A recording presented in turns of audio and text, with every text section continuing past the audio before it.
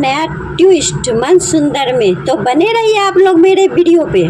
तो दादी ने नाहर से रूही को दूर कर दिया है।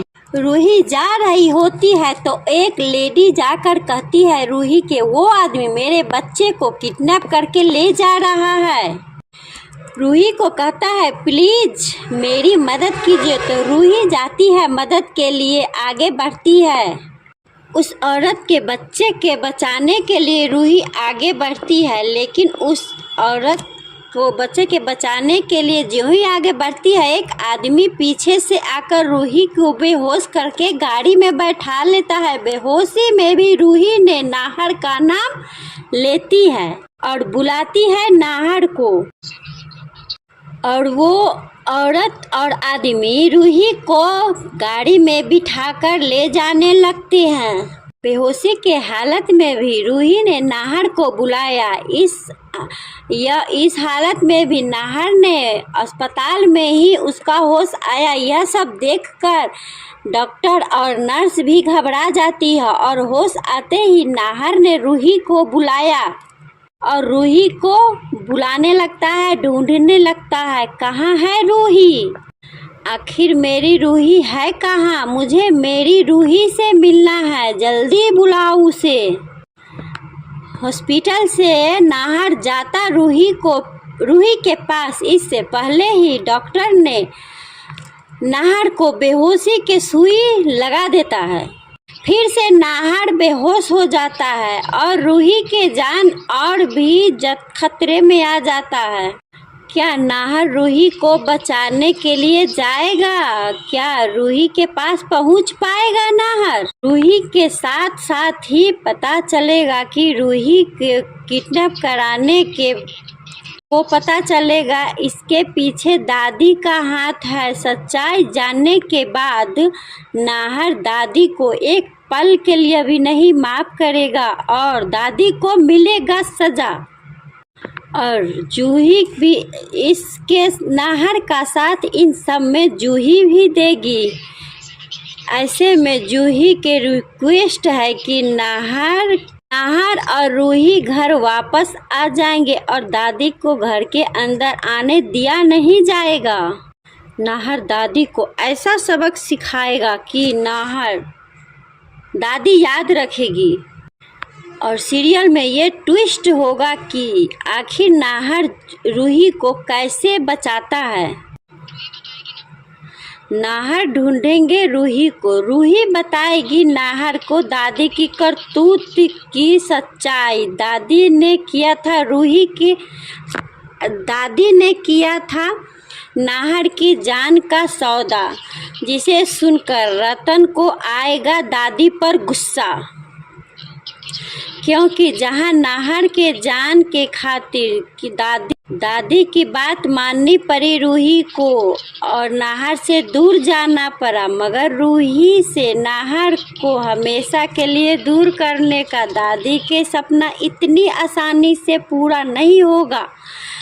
क्योंकि ऑपरेशन के बाद जब नाहर को होश आता है तो वो घर वालों से पूछने लगता है आखिर रूही कहाँ है, मगर दादी रूही के बारे में नाहर से झूठ बोलती है, कहती है रूही तो यहाँ आई ही नहीं।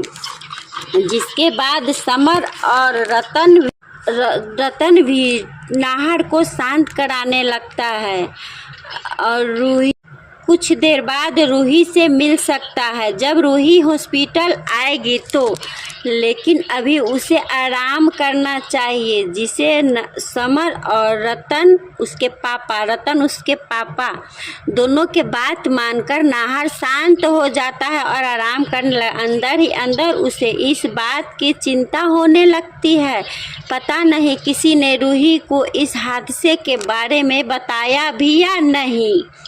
तो वही दादी ने इस बात को लेकर काफ़ी खुश होती है कि रूही को नाहर से दूर कर चुकी है रूही को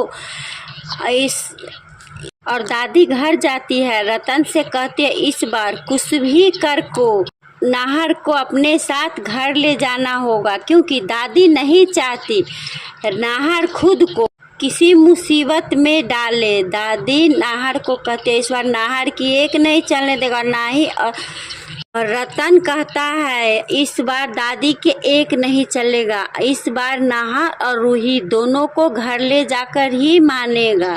दादी को गुस्सा आता है मगर इस समय दादी रतन से कुछ नहीं कह पाती है, जिसके बाद रतन समर को नाहर के पास रुकने को कहता है और बाकी सभी लोग घर चले जाते हैं। तो वही अगले दिन सुबह जब नाहर की नींद खुलता है तो घर वाले नाहर के लिए नाश्ता लेकर पहुंच जाते हैं। लेकिन जब नाहर ने समर से सवाल किया कि रूही कहाँ है तो समर ने नाहर से कहा रूही अभी तक घर वापस नहीं आई है, जिसे सुनकर पूरे घर वाले को काफ़ी हैरानी होती है और जूही समर से पूछती है आखिर ऐसा कैसे हो सकता है। जिसके बाद जूही रूही को फ़ोन करती है मगर रूही का फ़ोन बंद आता है, जिससे नाहर को और भी ज़्यादा चिंता होने लगता है कहीं वो खुद किसी मुसीबत में तो नहीं या कहीं उसकी गैर मौजूदगी में उसके पड़ोसियों ने रूही को कुछ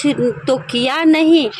इसलिए जब रतन नाहर से उसके साथ घर चलने को कहता है तो नाहर कहता है पहले उसे रूही से मिलना है। इसलिए नाहर हॉस्पिटल से निकलकर अपने घर जाने के लिए जिद पकड़ लेता है। फिर रतन नाहर को अपने गाड़ी में बिठा लेता है। फिर जब वो दोनों नाहर और रूही के घर पहुंचते हैं तो वहां उन्हें रूही नहीं मिलती, जिससे नाहर को होश उड़ जाता है। नाहर देरी न करते हुए अपने पापा से कहता है कि रूही साड़ी के दुकान काम करती है, इसलिए शायद वो लोग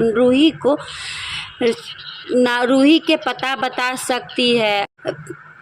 नाहर और उसके पापा साड़ी के दुकान पर पहुंच जाता है। उस दुकानदार से सवाल करता है क्या रूही उसके पास आई थी, जिससे दुकान का मालिक नाहर को बता देता है कल रूही उससे पैसे मांगने आई थी। वह कह रही थी उसके पति के साथ हादसा हुआ, इसे 6-7 लाख रुपए की ज़रूरत है। जिसे सुनकर रतन को एक बड़ा झटका लगता है। रतन को सुनकर बड़ा झटका लगता है। जब रूही पैसे के लिए इस साड़ी के दुकान पर आई थी तो रूही गई कहाँ पैसे। तब नाहर को शक होता है कि दादी ने रूही का फ़ायदा उठाकर उसे कुछ ब्लैकमेल तो नहीं किया और रतन से साफ साफ कह देता है दादी से अगर रूही के गायब होने में अगर दादी का हाथ हुआ तो फिर से दादी की कोई चाल दादी को किसी भी हाल में माफ़ नहीं करेगा। रतन और नाहर दोनों पूरा शहर रूही को इधर उधर ढूंढने लगता है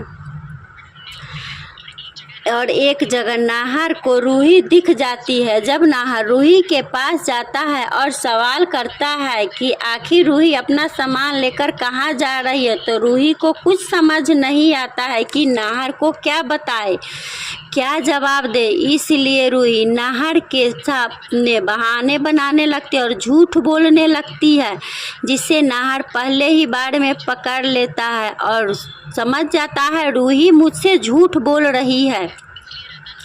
इसलिए रतन और नाहर मिलकर रूही को सच बोलने को कहते हैं तो रूही सच बोलने पर मजबूर हो जाती है और सारा सच बता देती है कि दादी ने नाहर की जान के बदले मुझे सौदा किए थे पैसे देने का, इसलिए नाहर को छोड़कर मुझे जाना पड़ा। रतन और नाहर को यह बात सुनकर पैरों तले जमीन खिसक गई और आखिर बुढ़िया किस किस्म की है औरत है। अगर रूही उसकी बात नहीं मानती तो वह हॉस्पिटल में जमा भी। नाहर को गुस्सा तो आता है मगर रतन का भी गुस्सा 7वें आसमान पर हो जाता है। कोई दादी अपने पोते का सौदा कैसे कर सकती है, जिसे रतन अपनी दादी को घर से बाहर कर देता है। रतन अपने घर आ जाता है और रतन तो कौन कौन चाहता है कि रतन अपनी दादी को घर से बाहर कर दे और ये कौन कौन चाहता है। अगर चाहते हैं तो वीडियो को लाइक करने के बाद कमेंट में अपना राय देना ना भूलें, क्योंकि दादी के घर से बाहर करने का एक बहुत ही अच्छा मौका है। और आगे देखने के लिए मेरे चैनल को सब्सक्राइब करना ना भूलें। रूही, जूही, नाहर, समर।